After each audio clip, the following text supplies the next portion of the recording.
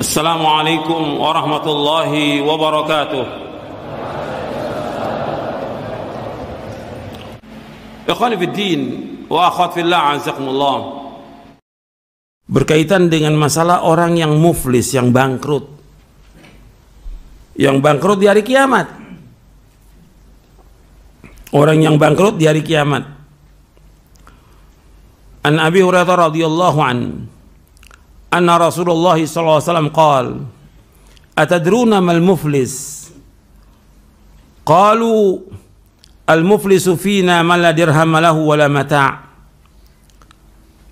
faqala innal muflisa min ummati ya'ti yawmal qiyamati bi salatin wa siyamin wa zakatin wa ya'ti qad shatama hadha wa qadhafa hadha wa akala mal hadha وسفك دم هذا وضرب هذا فيعطى هذا من حسناته وهذا من حسناته فإن فنيت حسناته قبل أن يقضى ما عليه أخذ من خطاياهم فطرحت عليه ثم طرح في النار أخرجه مسلم وترمذي وأحمد والبيهقي والبغوي وغيرهم. Dari Abu Hurairah radhiyallahu an, bahwasanya Rasulullah SAW bersabda, tahukah kalian siapakah orang yang bangkrut, yang muflis, yang pailit, yang bangkrut? Qalu, mereka berkata, yaitu para sahabat radhiyallahu an majma'in, orang yang bangkrut di antara kita adalah orang yang nggak punya dirham, nggak punya mata uang, wala mata, nggak punya juga barang-barang. Nggak punya sama sekali, nggak punya uang, nggak punya barang-barang, nggak punya apa-apa, bangkrut sudah. Artinya dirham itu mata uang perak. Kalau dirham nggak punya, apalagi dinar, mata uang emas, nggak punya sama sekali. Wala mata, nggak punya barang-barang sama sekali, nggak punya harta benda. Yang bilang dia tidak punya harta benda sama sekali udah. Ini pengertian orang yang muflis, yang ada di kalangan umumnya manusia. Sahabat memahami demikian, yaitu orang bangkrut yang nggak punya apa-apa. Nabi menjelaskan secara syar'i siapa orang yang bangkrut itu, yang sebenarnya, yang hakiki, yang hakiki. Beliau mengatakan SAW, innal muflisa min ummati, sesungguhnya orang yang bangkrut dari umatku, mayati yaumal qiyamah, yaitu orang yang datang pada hari kiamat bisolatin, dengan membawa pahala salat, wasiyamin, dan juga membawa pahala puasa, wa zakatin, dan membawa pahala zakat, wayati, tapi juga dia membawa dosa. Dosa apa? Dosa qad syatama, dia pernah mencaci maki orang. Wa qadhafa hadza, dia pernah menuduh orang. Wa akala mal, dia pernah memakan harta orang lain. Wa safaka dam hadza, dia pernah menumpahkan darah orang lain. Wa daraba hadza, dia pernah memukul orang lain. Fa yu'ta hadza min hasanati wa hadza min hasanati, maka diberikan orang-orang ini dari kebaikannya. Kan di sana sudah enggak ada lagi dinar, dirham, udah nggak ada dari kiamat. Yang ada yaitu hasanat wa sayyiat. Jadi si A bawa pahala sholat, puasa, zakat, atau yang lain lah, banyak lagi amal-amal soleh yang lain yang dibawa. Si A ini pernah berbuat salah kepada si B, C, D, dan yang lainnya. Dia harus bayar karena dia pernah mencaci maki si fulan, bayar ini dengan kebaikannya. Dia pernah mengambil harta orang lain, pernah menipu, pernah utang nggak bayar, dipakai tuh bayar. Dan itu bukan satu, mungkin 10, mungkin 20 orang. Gitu. Makanya saya keras dalam masalah donasi ini, kesian bagi orang ini nanti dari kiamat. Berapa orang yang diambil uangnya, berapa ratus orang yang diambil uangnya. Berat tuh dari kiamat ketika dia nggak melaksanakan dengan baik. Akan diberikan itu pada orang-orang itu. Sampai faniyat hasanatu, habis sudah kebaikannya dia, pahala sholatnya, puasanya, zakat yang lain habis sudah. Untuk apa? Untuk bayar. Orang-orang yang dizolimi oleh dia. Qabla yuqda ma'alai, sebelum selesai. Belum selesai ini. Akhirnya bagaimana? Ukhidha min khatayahum. Kesalahan orang-orang yang pernah dizolimi, orang-orang yang pernah diambil hartanya, orang-orang yang dia hutang nggak bayar, kesalahannya dia ditimpakan kepada orang ini, kepada si A ini. Faturiyat alaih, tsumma turiha finnar. Kemudian dimasukkan dia ke neraka dengan sebab itu. Ini namanya orang yang bangkrut, waliyadzubillah. Makanya antum hati-hati masalah ini. Makanya udah berkali-kali saya sampaikan dan terus akan saya sampaikan karena justru saya kasihan orang yang paling peduli kita yang menyampaikan kebenaran kepada umat ini. Peduli kita. Bukan peduli ngurusin uang orang, bukan. Peduli itu menjelaskan kebenaran kepada umat, Al-Quran wa sunnah ala fahmi salaf, agar mereka faham tentang agama ini dan mereka tidak berbuat dosa dengan itu. Uang orang haram yang diambil oleh dia dan gak jalankan, dan banyak juga uang yang dipotong, yang dimakan oleh dia. Nabi udah bersabda, kullu jasadin nabata min suhtin fannaru, setiap jasa, setiap daging yang tumbuh dari yang haram, neraka yang dipatut.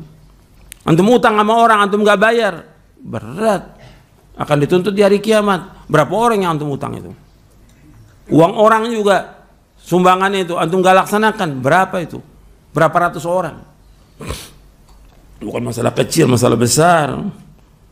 Nabi juga pernah, itu hadis yang tadi saya bacakan, kullu jasan nabata min suhtin fannaru aula bi, itu hadis yang sahih dari Imam Baihaqi dalam Syu'abul Iman dan juga Abu Nuaim dalam kitab Hilyatul Awliya.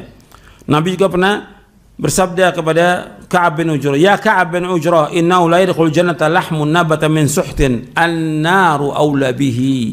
Wahai Ka'ab bin Ujrah, sesungguhnya tidak akan masuk surga daging yang tumbuh dari barang yang haram, neraka yang lebih patut bagi orang itu. Hadis ini hasan, diriwayatkan oleh Imam Ahmad dalam musnadnya. Dan banyak lagi yang lain. Kemudian ikhwan fillah azakumullah. Ini di sini disebutkan berkaitan dengan orang yang pernah mencaci maki orang, menuduh orang. Termasuk orang-orang yang dia menyakiti hati orang lain, memfitnah. Pernah ada di zaman Nabi SAW, saya bacakan hadisnya, yaitu orang yang dia menyakiti tetangga, yang dengan sebab itu dia masuk neraka. Ini orang yang bangkrut ini. An Abi Hurairah radhiyallahu anhu qala rajulun ya Rasulullah inna fulanata yudhkaru min kathrati salatiha wa siyamiha wa sadaqatiha ghaira anna tu'dhi jiranaha bilisaniha qala hiya fin nar. Qala ya Rasulullah fa inna fulana yudhkaru min qillati siyamiha wa sadaqatiha wa salatiha wa inna tasaddaqa bil athwari min al aqyat wa la tu'dhi jiranaha bilisaniha qala hiya fil jannah. Dari Abu Hurairah radhiyallahu an, ia berkata telah berkata seorang, wahai Rasulullah, si fulan disebutkan tentang dia banyak sholatnya, banyak sholat yang sunnahnya, maksudnya yang wajib bisa 5 waktu, yang sunnahnya duha, kemudian juga qobliyah, ba'diyah, sholat malamnya, puasanya juga banyak dia. Selain Ramadan, puasa sunnahnya banyak. Wa sadaqatiyah, juga banyak sedekah. Hanya saja dia sering mengganggu tetangganya dengan lisannya. Apakah dia mencaci maki, apakah dia memfitnah, apakah dia menuduh, atau dia ghibah. Apa kata Nabi SAW? Hiya finnar, dia tempatnya di neraka perempuan itu. Meskipun rajin sholat malamnya, rajin ngajinya, tetap di neraka kalau ganggu tetangga itu. Kemudian ya Rasulullah, ada si fulan, dia sedikit puasanya. Arti yang wajib, puasa sunnah juga dia sedikit. Sedekahnya juga sedikit. Sholat sunatnya sedikit. Dia suka bersedekah dengan sepotong keju, sepotong aja keju. Tapi yang penting di sini dia tidak mengganggu tetangganya, tidak menyakiti tetangganya. Kata Nabi, hiya fil jannah, dia ditempatin di sorga. Hadis ini Diriwayatkan oleh Imam Ahmad dalam musnadnya dan sanadnya hasan. Diriwayatkan juga oleh Imam Bukhari dalam kitabnya Al-Adabul Mufrad. Diriwayatkan juga oleh Imam Bazzar dan dihasankan oleh Syekh Al-Albani dalam silsilah hadits as-sahihah. Dan masih banyak lagi yang lain. Jadi berkaitan dengan orang yang muflis ini kalau satu persatu aja dosanya mencaci maki orang itu dosa.